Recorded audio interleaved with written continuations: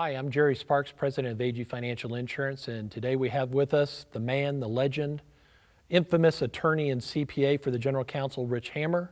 And today we're going to talk about AEDs or defibrillators and should your church have a defibrillator? Rich, why don't you just start off and tell us exactly what is a defibrillator? Well, Jerry, a defibrillator, also known as an AED or automated external defibrillator, is a small device that is designed to emit an electric charge to correct a heart arrhythmia known as ventricular fibrillation. Now, the most common form of cardiac arrest is ventricular fibrillation. The heart goes into an arrhythmia, it becomes very inefficient, it's not pumping blood to the organs, the person loses consciousness quickly, and ultimately death. The American Heart Association says that after 12 minutes, the chance of survival drops to about 2%. So the only way to overcome this or offset this is with an electrical shock that's emitted that causes the heart rhythm to become normal once again. And so the key with the defibrillator is rapid deployment so that you get that to the stricken victim within enough time for there to be for that person to be restored to health. So Rich, how safe are defibrillators? And tell me, can a person make a mistake in using a defibrillator with someone? Jerry, that is probably the most common reason why people avoid using defibrillators. And that is, well, they're afraid that if they use a defibrillator and they discharge the electric current and the person doesn't need it, maybe the person's slumped over because of a blood sugar issue or because of lightheadedness due to low blood pressure, and we think the person has cardiac arrest, which he or she does not, and we apply the defibrillator. Isn't that going to make the situation far worse? Could it result in the death of that person? That is the leading cause for non-action. If you would ask church leaders, why don't you have a defibrillator? That would be the number one reason why they don't. They're afraid that it's going to be used on a person that doesn't need it, that's not experiencing ventricular fibrillation associated with cardiac arrest. So the good news is that over the last many years, these devices have incorporated a fail-safe mechanism to be sure that they are not deploying electric charges unless there's an actual arrhythmia that's detected. So they actually will begin the process of defibrillation by checking for a heart arrhythmia, ventricular fibrillation. If that's not detected, you can press the discharge button all you want, nothing's going to happen. So studies have shown they're over 99% effective, the fail-safe mechanism, in not discharging electric currents to someone that doesn't need it. So that is not a concern that needs to be taken seriously.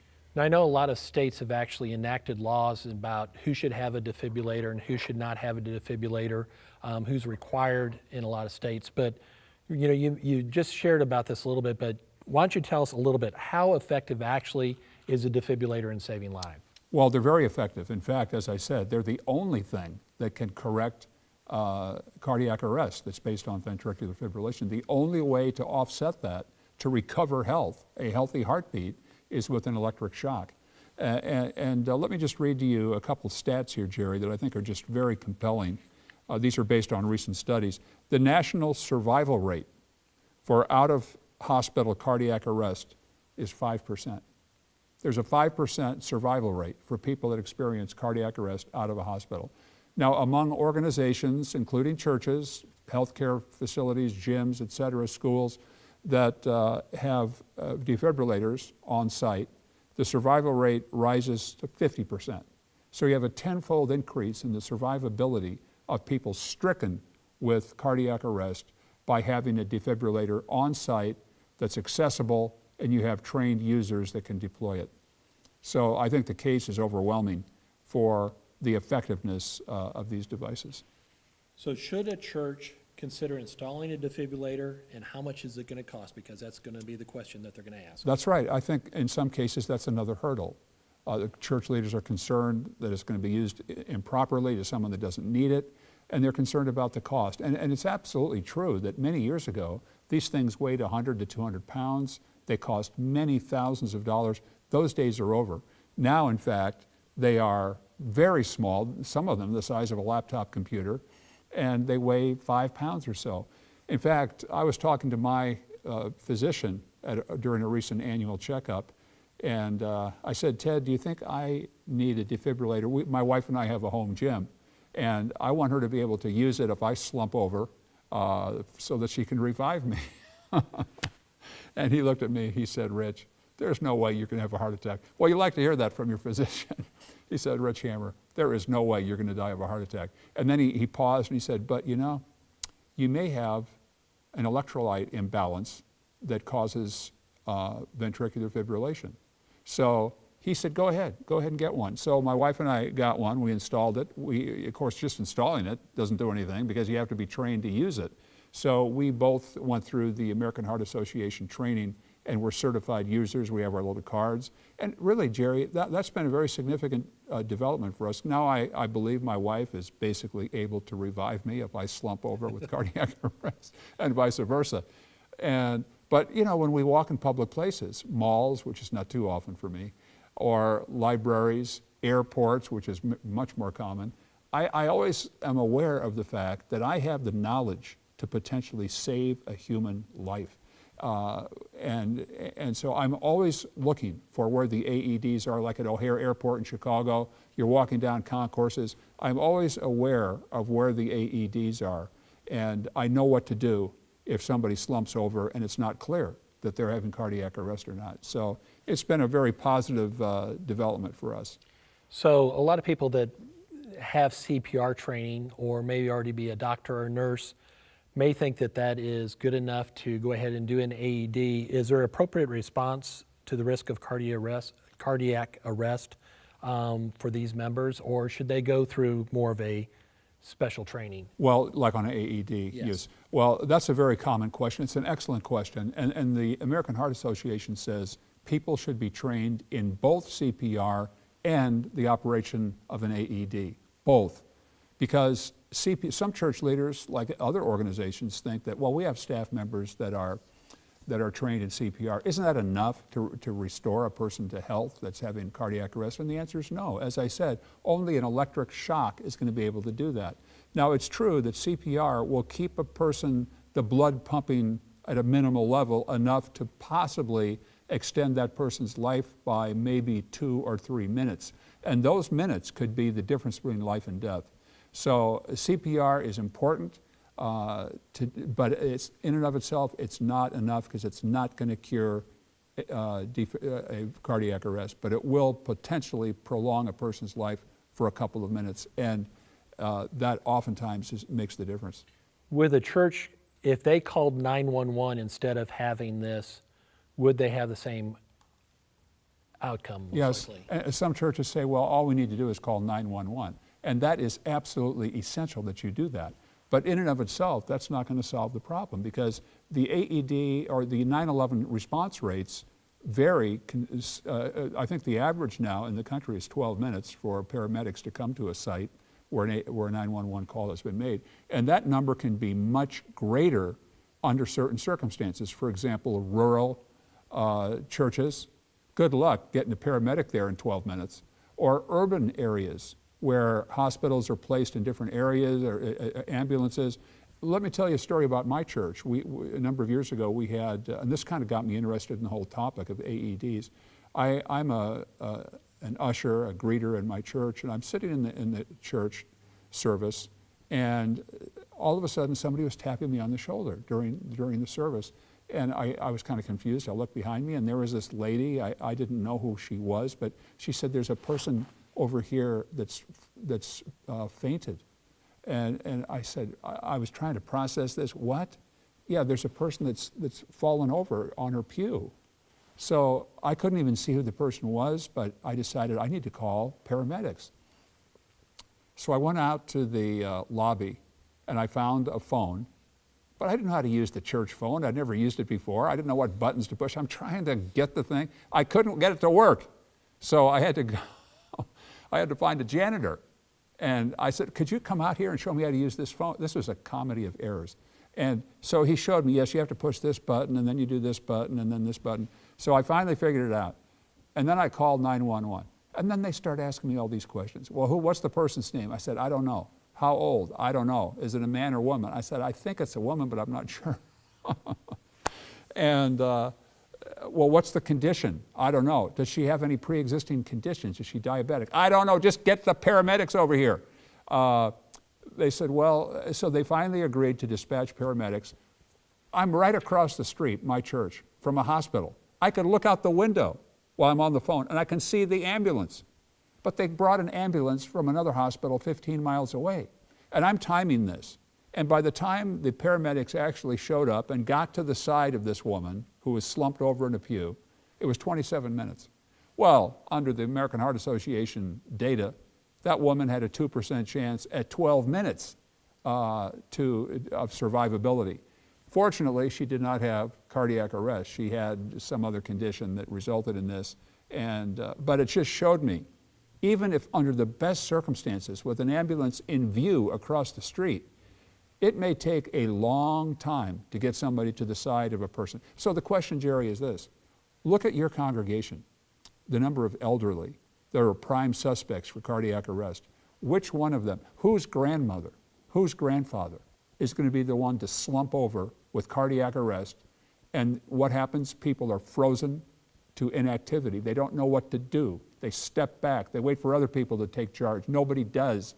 Finally, somebody calls 911. 20 minutes later, paramedics come. That person's dead. You have put that person on death row if you have made the decision. Defibrillators are too expensive, or they're too hard to work, or they may discharge a shock when they shouldn't, and we're going to be sued. Forget all that.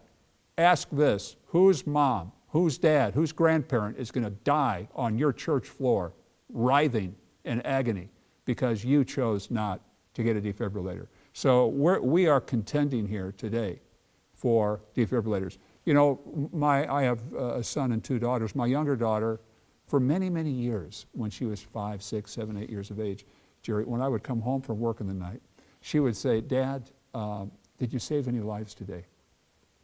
And I always had difficulty answering that question. And I said, honey, I don't know how many lives if I saved any lives today, but I think I improved people's lives in a number of ways. But I'll tell you, I did an article recently in my Church Law and Tax Report newsletter on making the case for a defibrillator in your church. That's going to be read by tens of thousands of people. And I'll tell you this, Jerry, I believe that article is going to save untold number of lives, because it's going to convict, it's going to reach out and convict people, just like this video, that, you know, we have never thought about this before, but we need to do something. And I think lives are going to be changed because of what we're doing here today. Absolutely. Lives are going to be saved. Yeah. Well, I will tell you that in our church, we had, you know, as when I was in charge of ushers, we had a system, and this is, you bring up a good point of what happened at your church about having a system. So when something does happen, actually, I had a radio. I would be the one that went to the person. I had a person at the phone, and I'd be talking to them on the phone as they're on the phone with 911. And normally there is a relative that is next to that person where you can get the necessary information so you know what's happening.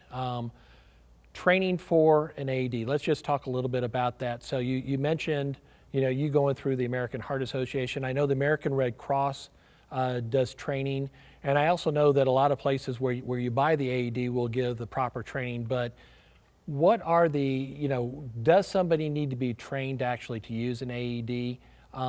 And can a church be responsible if somebody uses it that doesn't have the training? Let's just talk about some of the legal issues that are associated with it. That's a very good question. And before I do, I want to refer to one more stat that I meant to mention. Listen to this. Out of every 100 cardiac arrest victims treated with CPR alone, one fully recovered. 95% died instantly. But the survival rate jumps from 1% to 75% for victims who were defibrillated within 3 minutes. And that kind of undergirds the American Heart Association recommendation that you have defibrillator access within 3 minutes on your property. Now, for larger churches, that's going to mean multiple units. For smaller churches, maybe just one unit. But for each one, you need to have a trained person to operate it. And that gets back to your question, Jerry. And here's, I think, the most important point.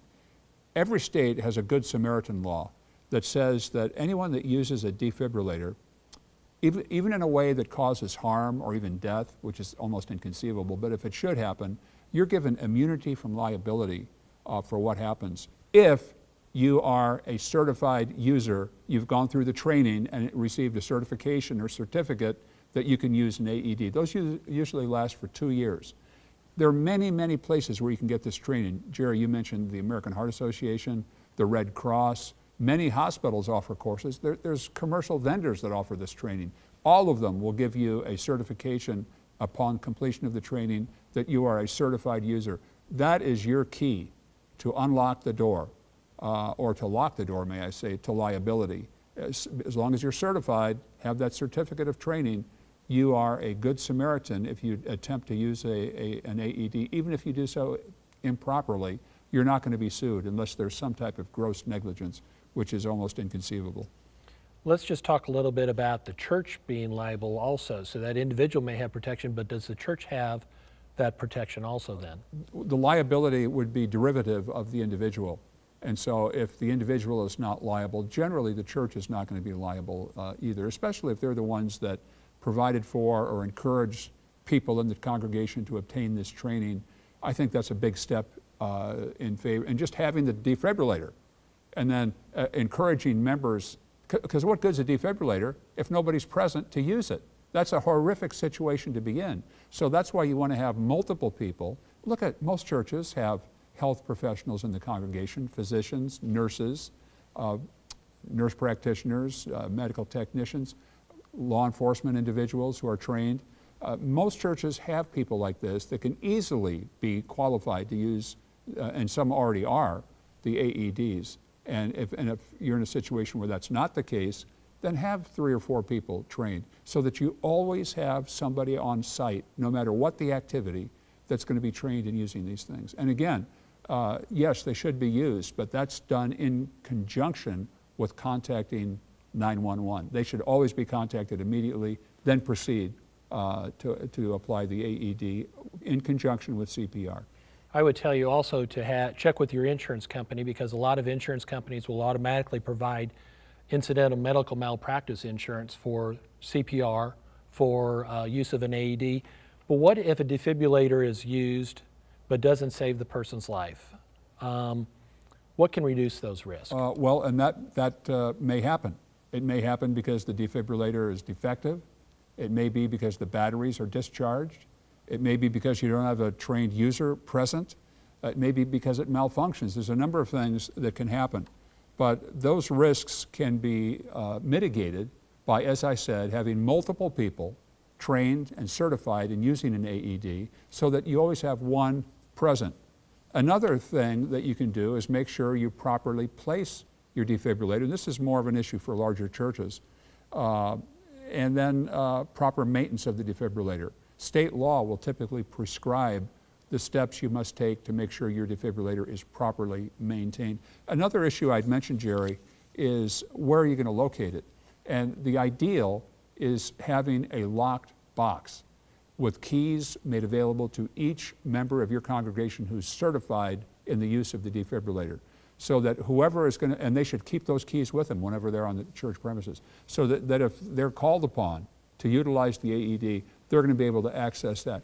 I knew of a church that they attempted to apply the defibrillator to a person suffering from cardiac arrest, and some of the teenagers had taken the batteries out of it for their video games, and they didn't realize that the thing wasn't working until they needed it. So the lock box is, and you see this in many venues, in public places. You know, I read recently that something in the neighborhood of 25% of all cases of sudden cardiac arrest occur in places where people congregate. So you can see where this is an issue for churches, especially with the aging population in many churches, that group constituting perhaps the biggest group in the church. So the proper placement, having it locked, with the understanding you've got multiple members that are trained in using the AED that are going to have keys with them when they're on, because you don't want them to show up and say, yeah, you know, I forgot my key. But you've got to maintain security over that device and have it frequently maintained to make sure those batteries are charged, et cetera. So let's look, and we're going to wrap up here with, give us the factors to consider if a church should decide to purchase a defibrillator or not? What are the deciding factors if a church should decide to do that? Well, there's a number of things that you should consider.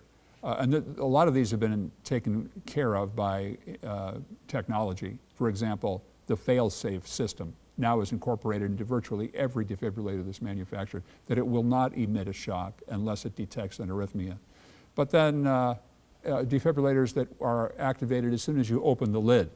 So no time is wasted by somebody trying to figure out where the on button is on this thing. Clear and concise voice prompts. You want a unit that has voice prompts that tell you what to do. The one I have in my gym has that quality. One button operation eliminates user confusion. Let's see, make sure you use extended life lithium batteries. I just replaced mine for the first time after about 3 years. So I thought that was pretty good. Make sure it only delivers shocks when appropriate. So those are some of the issues. What about the size of the congregation? So if you have a small church versus a large church, would that make a difference, the size of the congregation, if you have a fitness center or not? Yes, oh, absolutely. You know, the size of the larger the congregation, you know, the more hooks you have in the water, the more likely you are to catch a fish. And the more people you have in the congregation, the more likely you're going to experience this issue. So, and then use the 3-minute rule of the American Heart Association that you have access to a defibrillator. Somebody on site, somewhere on site, within 3 minutes is very critical. The frequency of the use of your premises. How often are the premises open? How many services a week? The presence of medical professionals in your congregation. Do you have any? What is the distance to the nearest hospital or paramedics facility? What is the response time if we call 911? You know, call 911. What's the chance you can have somebody by the side of this person in 3 minutes? Forget it. I cannot even conceive of that happening. But that's your highest survivability rate, is right at that 3 minute, and it starts dropping precipitously from there for every minute. And then, of course, willingness, your ability to recruit volunteers that are willing to go through this training. You know, when I took the training a few years ago, it was not that extensive. It was, as I recall, about 2 to 3 hours. My wife and I took it together, and so it's not a big deal. And like I said, it gives you a sense of confidence that you can actually do something to intervene when you see somebody keeled over in your church, in any public setting, and maybe be the instrument through which that person's life is going to be saved. So we've really tried to make the case here, basically saying that if you have a church, you know, with your church, you should at least have one defibrillator in your church. If you have a church that is really large and it takes more than 3 minutes to get to any area in your church, you may need more than one defibrillator. But just like we preach with every risk management idea, in order to save lives, in order to protect your congregation, you're the shepherd of the flock. You need to protect that flock, and you need to look and consider a defibrillator. I agree. Rich, thank you for your time again. We'll see you next time for another Risk Management Live. Thank you.